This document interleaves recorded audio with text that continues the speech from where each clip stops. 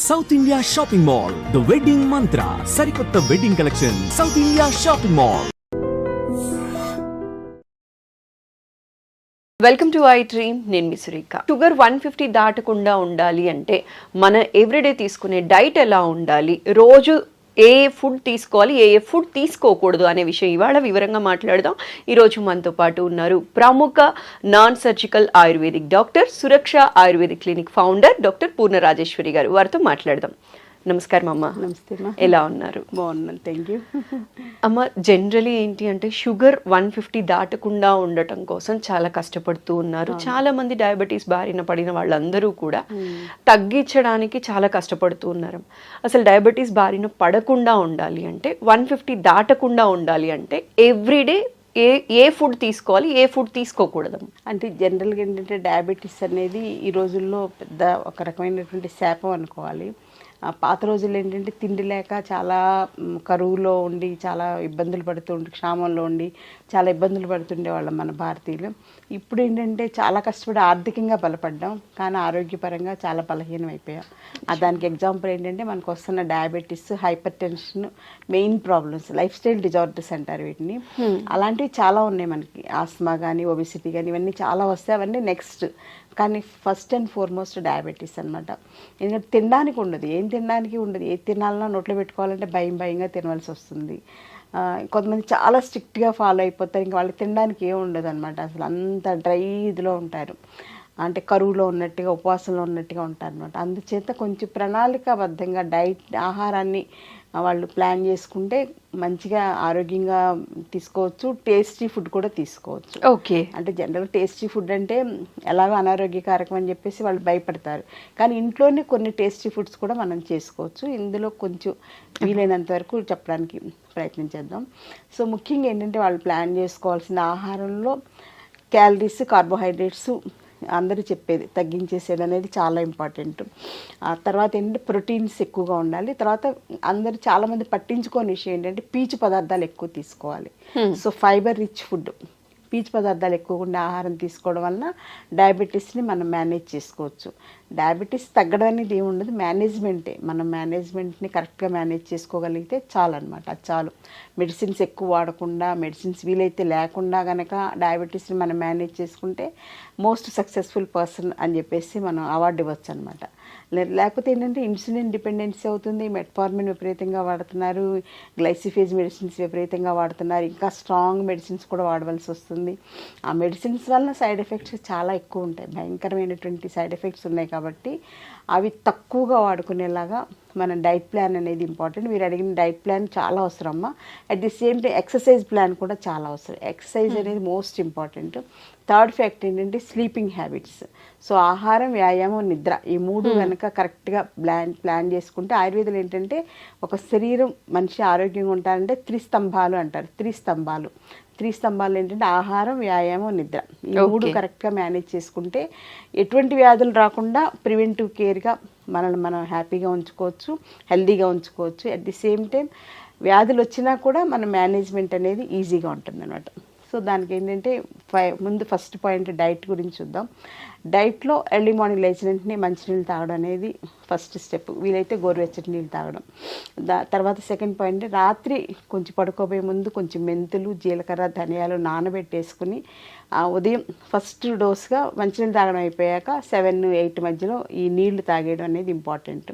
తినగలిగితే నమిలేసేసి మింగేసేయచ్చు. మెంతులు కానీ, ధనియాలు కానీ, జీలకర్ర నమిలి తినడం అంటే కొంచెం కష్టంగా ఫీల్ అయ్యేవాళ్ళు జస్ట్ ఆ వాటర్ తాగినా కొంతవరకు బెనిఫిట్ ఉంటుంది. ఒకవేళ తాగలేకపోతే దాంతో కొంచెం డికాక్షన్ లాగా, టీ లాగా పెట్టేసేసుకుని అందులో కొంచెం అల్లం ముక్క కూడా వేసుకుని, కొంచెం దాల్చిన చెక్క కూడా యాంటీ డయాబెటీస్గా బాగా పనిచేస్తుంది. వేసుకుని తాగడం అనేది ఒక టీ లాగా అనమాట. అంటే మామూలు మనం తాగే టీ పౌడర్తో టీ కాకుండా ఇలా టీ లాగా తాగేయచ్చు గోరువెచ్చగా. తర్వాత 9 లోపల బ్రేక్ఫాస్ట్ ఏంటంటే ఇడ్లీ లాంటివి సాఫ్ట్ ఫుడ్స్ కామన్ అని కదా, ఇడ్లీ కానీ, ఉప్మా కానీ అలాంటివి. సో ఇడ్లీ మామూలు ఇడ్లీ. ఉప్మా మాత్రం బొంబాయి రవ్వ ఉప్మా కాకుండా మొక్కజొన్న రవ్వ ఉప్మా కానీ, లేకపోతే ఎల్లో కలర్లో ఉంటుంది ఒక రకమైన రవ్వ, బన్సీ రవ్వ అంటాం, అది కానీ, లేకపోతే గోధుమ రవ్వ ఉప్మా కానీ, ఏదైనా ఎక్కువ క్వాంటిటీ కాకుండా ఒక 2 to 3 ఇడ్లీస్ సైజ్ అయితే అలా మామూలుగా 4 ఇడ్లీస్ తినేవాళ్ళు 3 ఇడ్లీసే తీసుకోవాలి. దాంతో పాటుగా ఏంటంటే వెజిటబుల్ సలాడ్ కానీ వెజిటబుల్ సూప్ కానీ తీసుకోవాలి. అంటే ముఖ్యంగా క్యాబేజ్ ఫైబర్ బాగుంటుంది కాబట్టి క్యాబేజ్ బాగా తీసుకోవచ్చు, క్యారెట్ వేసుకోవచ్చు, బీన్స్ వేసుకోవచ్చు, ఇంకేదన్నా మనకు అవకాశం ఉంటే వేసుకుని అవన్నీ ఉడకబెట్టేసేసుకుని అది కొంచెం ఉడకనివ్వాలన్నమాట. కొంచెం ఒక 5 minutes ఉడికాక అది వడకట్టుకుని సూప్ లాగా తాగేయచ్చు, లేదా సలాడ్స్ లాగా తీసుకోవచ్చు. అందులో టేస్ట్ కోసం కానీ కొంచెం ఉప్పు వేసుకోవచ్చు, కొంచెం నిమ్మరసం కూడా వేసుకోవచ్చు, కొంచెం మిరియాల పౌడర్ కూడా వేసుకోవాలి. మిరియాల పౌడర్ కూడా డయాబెటీస్కి మంచిది కాబట్టి అలా తీసుకోవచ్చు. అది బ్రేక్ఫాస్ట్ టైంలో, అంటే ఇడ్లీ క్వాంటిటీ కొంచెం తగ్గించుకుని ఆ ప్లేస్లో సలాడ్స్ తోటి ఫిలప్ చేసుకున్నాం అనమాట. అది ఒకటి.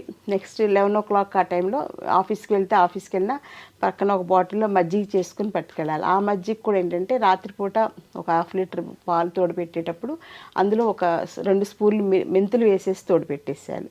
సో మెంతుల్లో ఉండేటువంటి యాంటీ డయాబెటిక్ యాక్షన్ అంతా కూడా పెరుగులోకి వచ్చేస్తుంది. సో మళ్ళీ పెరుగు వాడకూడదు, పెరుగు వల్ల కూడా డయాబెటీస్ పెరుగుతుంది. మజ్జిగే వాడుకోవాలి. సో మజ్జిగ చేసేసుకుని ఒక బాటిల్ నిండా పోసుకుని ఎక్కడికి వెళ్తే అక్కడికి మనం తీసుకెళ్ళిపోవచ్చు. మధ్యాహ్నం 11 o'clockకి ఒక 250 ml మజ్జిగ తాగేసేయాలి. 1 o'clockకి లంచ్ ఏంటంటే మనం మామూలుగా వైట్ రైస్ అనేది మోస్ట్ కామన్ కదా. White rice, white sugar, white salt, white packet milk, మైదా, ఈ 5 కూడా white poisons. Okay. 5 white poisons వల్ల డయాబెటీస్ మల్టిప్లై అవుతుంది అనమాట. సో ఈ 5 కూడా తీసుకెళ్ళి కాశీలో వదిలేయాల్సిందే డయాబెటీస్ పేషెంట్స్. సో ఈ 5 వైట్ పాయిజన్స్ వదిలేస్తే సగం శని వదిలిపోయినట్టు అనమాట. లేకపోతే ఆ వైట్ రైస్ వల్లనే డయాబెటీస్ బాగా పెరిగిపోతుంది.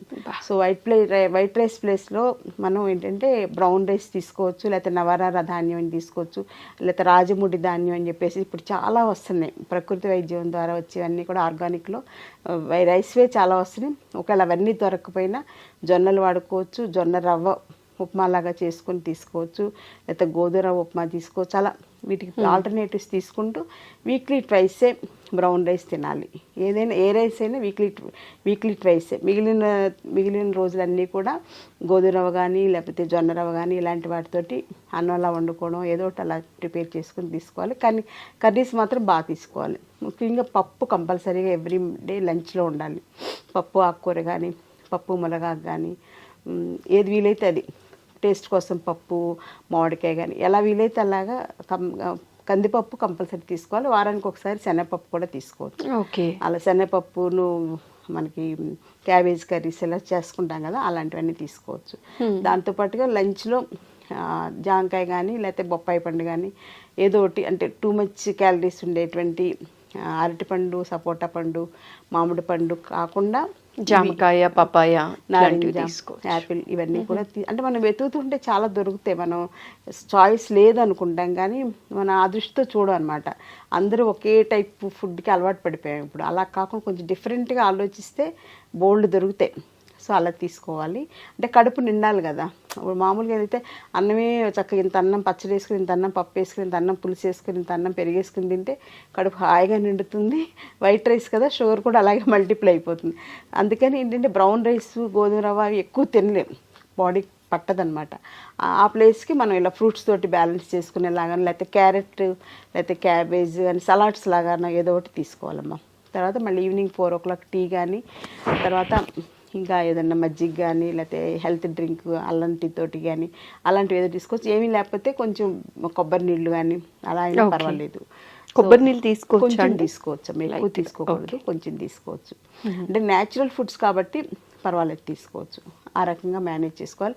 డిన్నర్ మాత్రం వీలైతే మానేసేయాలి. అంటే రైస్ ఇవన్నీ కూడా మానేసేయాలి. ఒకవేళ తినకుండా ఉండాలేనంటే చపాతీని కొంచెం కూర ఎక్కువ తీసుకోవాలి. తోటకూర కానీ, పొట్లకాయ కూర కానీ, సొరకాయ కానీ అట్లా ఎక్కువ కూర వేసేసుకుని అందులోకి 1-2 చపాతీలతోటి సరిపెట్టుకోవాలన్నమాట. లేదంటే రాగి జావ ఉంటుంది కదమ్మా, రాగి జావ బాగా ఎక్కువ క్వాంటిటీలో రాగి జావ కానీ, రాగి సంకట కానీ అలాంటివి తీసుకుని కొంచెం మజ్జిగ తాగడానికి తీసుకుంటే సరిపోతుంది అన్నమాట. సో ఈ రకంగా డైట్ ప్లాన్ చేసుకోవాలి. పడుకోబోయే ముందు వీలైతే ఒక 250 ml కానీ 200 ml కానీ ఆవు పాలు తీసుకోవాలి. దీనివల్ల ఏంటంటే బాడీలో కాల్షియం డెఫిషియన్సీ రాకుండా ఇలా కేర్ ఉంటుంది. సో మెయిన్గా మానేయాల్సింది ఏంటంటే బిస్కెట్స్ తినడం మానేయాలి. చాలామంది చెప్పేది ఏంటంటే డాక్టర్స్ కానీ ఎవరైనా చెప్పేది అంటే మధ్యలో ఎప్పుడు ఆకలిస్తే అప్పుడు 2 అవర్స్కి ఒకసారి బిస్కెట్స్ తినేసేయండి అని చెప్తారు. బిస్కెట్స్లో మైదా ఉంటుంది, అందులో ఫ్రక్టోజ్తో చేసినటువంటి షుగర్ బేస్డ్ ఇవన్నీ ఉంటాయి. అలాగే ఆర్టిఫిషియల్ షుగర్ అని చెప్పేసి బయట పంచదార కాకుండా వాడుతుంటారు, అది ఇంకా డేంజర్ అనమాట. అది అస్సలు మంచిది కాదు, క్యాన్సర్ని కలిగిస్తుంది అనమాట అది. సో అలాంటి ఆర్టిఫిషియల్ షుగర్ కూడా వాడకూడదు. వీలైతే మానేసి నోరు అలాగా అలవాటు చేసుకుంటే ఆ చప్పిడిగా అలవాటు అయిపోతుంది. అలా ప్లాన్ చేసుకుంటే సరిపోతుంది. ఈ డైట్ ఇలా ప్లాన్ చేసుకుంటే షుగర్ మీరు అడిగినట్టు 150 దాటకుండా మనం కేర్ తీసుకోవచ్చు. అలాగే ఎక్సర్సైజ్ కూడా చాలా ఇంపార్టెంట్. మన నెక్స్ట్ స్టెప్ ఎక్సర్సైజ్. అలా ఎక్సర్సైజ్ మంచిది కదా అని ఎక్కువ ఎక్సర్సైజ్ చేయడం కూడా మంచిది కాదు. ఎక్కువ జిమ్కి వెళ్ళిపోవడం, ఎక్కువ వాకింగ్ చేసేసేయడం, ఎక్కువ యోగా చేసేసి అతి సర్వత్రా వర్జయత్. సో కొంచెం ఒక 20 to 30 minutes వాకింగ్. చిన్నవాళ్ళు అయితే బ్రిస్క్ వాకింగ్ చేయొచ్చు, కొంచెం పెద్దవాళ్ళు అయితే ఒక మాదిరిగా ఎండ తగిలేలాగా. ఎండ తగలడం అనేది చాలా ఇంపార్టెంట్ శరీరానికి, అదొకటి చాలా ఇంపార్టెంట్. తర్వాత ఏంటంటే యోగా కూడా ఇంపార్టెంట్. యోగాలో స్పెషల్ ఆసనాస్ ఉన్నాయి, పశ్చిమోత్తాసనం, ఇలాంటి ధనురాసనం, ఇలాంటివన్నీ కూడా ప్యాంక్రియాస్ మీద, తర్వాత మూత్రపిండాలు ఉంటాం కదా, కిడ్నీస్ మీద పనిచేసేలాగా ఉంటాయి. అవి స్పెషల్గా ఆయుర్వేదిక్ యోగా డాక్టర్ గైడెన్స్లో నేర్చుకుంటే కనుక యోగా కూడా రెగ్యులర్ యోగా అనేది చాలా ఇంపార్టెంట్. అలాగే ప్రాణాయామ సెషన్స్ ఉంటాయి, breathing exercises. So breathing exercise వల్ల ఏంటంటే అందరూ అనుకున్నట్టు ఊపిరితిత్తులకి ఆక్సిజన్ అందడమే కాదు, ప్రాణశక్తి కూడా అందుతుంది అనమాట. అందుకే దాన్ని ప్రణవ ప్రాణాయామ అంటారు అనమాట. సో అలాంటి చెప్పే యోగా డాక్టర్స్ చాలామంది ఉన్నారు. అలాంటి యోగా క్లాసెస్ కూడా ప్లాన్ చేసుకుని 1 month గురువు పర్యవేక్షణ నేర్చుకుని తర్వాత వాళ్ళకి వాళ్ళు చేసేసుకోవచ్చు. సో థెరప్టిక్ యోగా చెప్పేవాళ్ళు కూడా డాక్టర్స్ చాలామంది ఉన్నారు. అందులో డయాబెటీస్ కోసం స్పెషల్గా ప్లాన్ చేసుకోవాలి. సో వాకింగ్ చేసుకోవాలి, ఎండ తగిలేలాగా యోగా చేసుకోవాలి, ప్రాణాయామం చేసుకోవాలి. ఎక్సర్సైజ్ అనేది 1 hour మినిమం. అలాగే ఆఫీసులకు వెళ్ళిన వాళ్ళు కూడా మధ్య మధ్యలో ఎప్పుడు గ్యాప్ దొరికితే అప్పుడు సుఖ ప్రాణాయామ కానీ ఏదో ఒకటి ప్రాణాయామ ప్రాక్టీస్ చేసుకుంటే చాలా మంచిది అనమాట. వైటల్ పవర్ పెరుగుతుంది మనలో ప్రాణాయామం వలన. సో దీంతో పాటుగా సౌండ్ స్లీప్. నైట్ 9:30 to 10 లోపల పడుకోవాలి. మార్నింగ్ ఫ్రెష్గా 4, 6, 7 లోపల లేవాలన్నమాట. ఇంకా 7 దాటి నిద్ర లేస్తే అసలు వాళ్ళకి ఆ రోజంతా కన్ఫ్యూజను, మెటబాలిజం అంతా కూడా ఇర్రెగ్యులర్ అయిపోతుంది. సో డయాబెటీస్ అనేది మెటబాలిక్ డిజార్డర్ కాబట్టి మన శరీరంలో ఉండేటువంటి మెటబాలిజంని మనం కోఆర్డినేట్ చేసుకుంటూ అనుసంధానంగా ఆహారం, వ్యాయామం, నిద్ర ప్రణాళికాబద్ధంగా చేసుకుంటే డయాబెటీని అధిగమించవచ్చు. అలాగే డయాబెటీస్ తోటి మేనేజ్ చేసుకోవచ్చు. డయాబెటీస్ వల్ల సో మెనీ కాంప్లికేషన్స్ వస్తాయి అన్నమాట. అంటే ముఖ్యంగా రెటినోపతి, నెఫ్రోపతి, న్యూరోపతి, ఇలాంటి కార్డియోపతి, ఇలాంటివన్నీ రాకుండా మనల్ని మనం కాపాడుకోవాలంటే మీరు అడిగినట్లుగా షుగర్ లెవెల్స్ ఫాస్టింగ్లో 150 80% దాటకుండా కేర్ తీసుకోవాలి. అలాగే కొంచెం టేస్టీ ఫుడ్స్ కూడా ఇంట్లో చేసుకోవచ్చు. మనం సపోజ్ బయట చెత్త బిర్యానీ తింటూ ఉంటారు, అలా కాకుండా మనం ఇంట్లో వెజిటబుల్ బిర్యానీ, ఎక్కువ క్యాబేజ్ ఇవన్నీ ఎక్కువ వేసి, క్యాబేజ్ కానీ క్యారెట్ కానీ ఇలాంటివన్నీ వేసుకొని, బీన్స్ ఇవన్నీ ఎక్కువ వేసుకోవాలి, కొంచెమే రైస్ వేసుకోవాలన్నమాట. ఆ రైస్ వెజిటబుల్స్ ఎక్కువ ఉంటాయి అప్పుడు అలాంటి బిర్యానీ మనం టేస్టీగా చేసుకుంటే చాలా బాగుంటుంది అనమాట. బయట దొరికే వాటికన్నా కూడా. బయట ఏంటంటే వాళ్ళు కలర్స్ వేస్తుంటారు, కెమికల్స్ వేస్తుంటారు రుచి కోసం.